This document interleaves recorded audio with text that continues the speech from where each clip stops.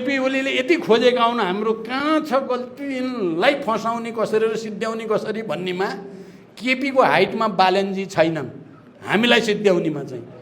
मलाई त यहाँ दिनदिनै जेल हाल्ने कुरा आउँछन्। माधवजीलाई त मुद्दा लट्काएको छ पहिलेको सरकारले।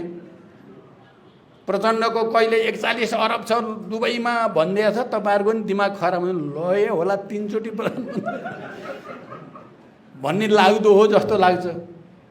कता कता के हो के केही भएको भए यो अहिलेको सरकारले गर्न पर्दैन थियो। यो बालनजीको सरकारले माधवलाई र मलाई केही गर्न पर्दैन थियो। केपी ओली नै काफी थिए।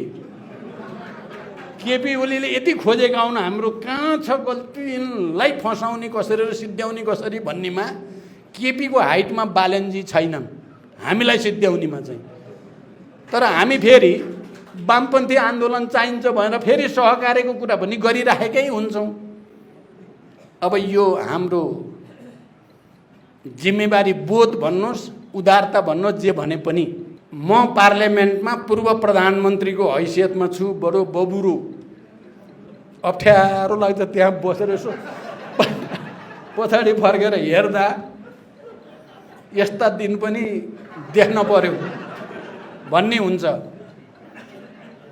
सरकार भर्खरै बनेर केही काम हुन थिए, सुकुम्बासी, विद्यार्थी, ट्रेड युनियन, सिमाना भएपछि मैले एकचोटि मात्रै पार्लियामेन्टमा बोलेँ, तपाईँहरूले सुन्नुभएको छ। अब बोल्दैछु। अब धेरै सामग्री तयार भएको छ। यो सरकार सुशासन र विकासको निम्ति होइन। यो संविधान सङ्घीय लोकतान्त्रिक गणतन्त्र, महिला, दलित, आदिवासी, जनजातिले पाएका अधिकार खोज्ने र संविधान मास्ने दिशातिर अगाडि बढ्दैछ। खबरदार, तपाईँ हामी सबै एकचोटि फेरि जुर्मुराउनु पर्ने अवस्था आइलागेको छ। त्यो जुर्मुराउनको लागि मैले अहिले भने जस्तो गल्ती कहाँ भयो भन्दा हामीले वर्ग सङ्घर्ष विचार र रणनीतिलाई बेवास्ता गऱ्यौँ र कार्यनीति दिनदिनैकोमा रमायौँ र हामी बिग्र्यौँ। अब त्यसको मुख्य जिम्मेवारी मैले त भनेको छु, मैले लिनुपर्छ। फेरि अरूलाई भनेर नि सुख पाइँदैन, किनभने 3 चोटि प्रधानमन्त्री त मै भइसकेको छु। अरूलाई त के भन्ने त। त्यसो भएर कोही ठाउँमा हैरान भएर मलाई लौ न छिटो हटाइदिनुहोस् न सबै मिलेर पनि भन्न आउँछ कोही बेला। फेरि त्यसको अर्थ म पलायन हुन खोज्यो भनेर नि नठान्नु होला। पलायन हुन खोजेर भनेको होइन। कहिलेकाहीँ भन्न मन लाग्छ कि त मलाई सच्याइदिनु पऱ्यो कि त मलाई हटाइदिनु पऱ्यो। हटाउन पनि नसक्ने, सच्याउन पनि नसक्ने, अनि भित्रभित्र खुसु गरिरहेको। यसले केही काम हुँदैन। त्यहाँ सिधा कुरा गरौँ। गल्ती त्यहीँ भएको छ, रणनीतिमा भएको छ, वर्ग सङ्घर्षमा छ, वर्ग छोडिया छ। म चाहिँ अब महाधिवेशनसम्म जाँदा तपाईँहरूसँग छलफल गरेर बहस गरेर हामी सबै मिलेर ठुलो कमजोरी सच्याएर वर्ग सङ्घर्षद्वारा ठिक गर्नुपर्छ। हामी महाधिवेशनसम्म राम्रोसँग पार्टी बनाऊँ, युवाहरूलाई ल्याउँ, नयाँ नेतृत्वको टिम बनाऊँ। महाधिवेशनपछि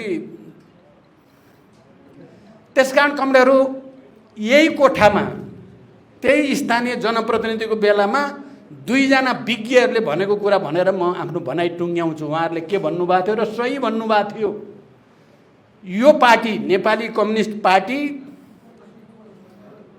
के भएको पार्टी र राग भएको पार्टी हो। नेपालमा एक मात्र राग भएको पार्टी नेपाली कम्युनिस्ट पार्टी मात्रै हो, जोसँग हजारौं नेता छन्, हजारौं कार्यकर्ता छन्, लाखौं जनता समर्थन छन्। ती पनि क्रान्तिको भट्टीबाट निक्लेका मान्छेहरूको जमात छ। यही पार्टी मात्रै हो। अरूसँग सबै ठगहरूको छ भनेर उनीहरूले भने। मैले भने बरु हामी पनि ठग भइयो भनेर मैले भने बरु ती विज्ञहरूले अरूलाई भने। अर्कोले के भने यो पार्टी हड्डी भएका मान्छेहरूको पार्टी हो। हड्डी छ यो नेपाली कम्युनिस्ट पार्टीसँग।